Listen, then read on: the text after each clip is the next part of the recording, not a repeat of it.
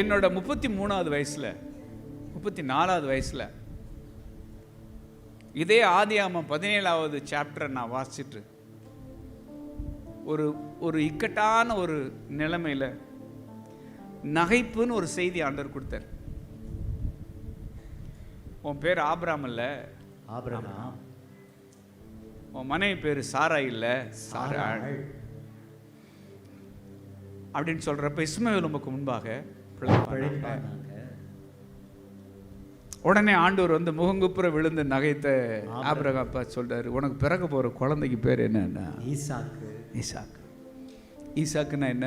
நகைப்பு. நகைப்பு.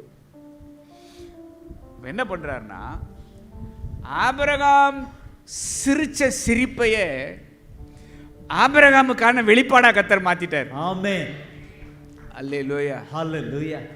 இப்ப நேரா வீட்டுக்கு வந்து ஆபிரகாம் சொல்லியிருப்பாரு, இங்க பாரு புள்ள, இனிமே உங்க அத்தான் பேரு ஆபிரகாம் இல்லையா? அத்தான் யாரு?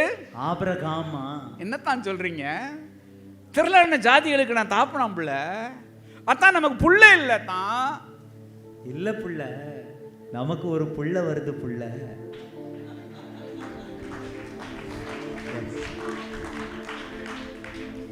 உடனே சிரிக்கிறா. யாரு சிரிக்கிறா? சாராளம். இங்க பாரு, என் பேரை கேட்டே சிரிக்கிறிய, உன் பேரை சொல்லவா? உன் பேரு சாரா இல்லையா? நீ யாரா? சாராளம். நீ பிரின்சஸா, கிழவியா அழகின்றாரு. எஸ். உடனே அவளை என்ன செஞ்சிருக்கா? சிரிச்சு. இப்ப டெவில் பாக்குறான், டேய் சிரிக்காதீங்கடா, நீங்க சிரிக்க சிரிக்க ஈசாக்கு ஈசாக்குன்னு சொல்றீங்கடா. எஸ்.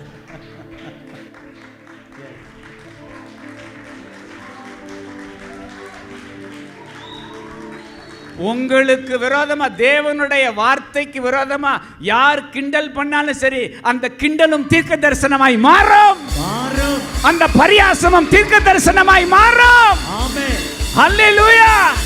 ஆண்டவர் சொன்னதை நீங்க சொல்றப்ப அதுக்கு விரோதமா எத்தனை பேர் கேலி பண்ணாலும் சரி, எத்தனை பேர் பரியாசம் பண்ணாலும் சரி, அந்த பரியாசத்தை, அந்த கேலிய, அந்த கிண்டல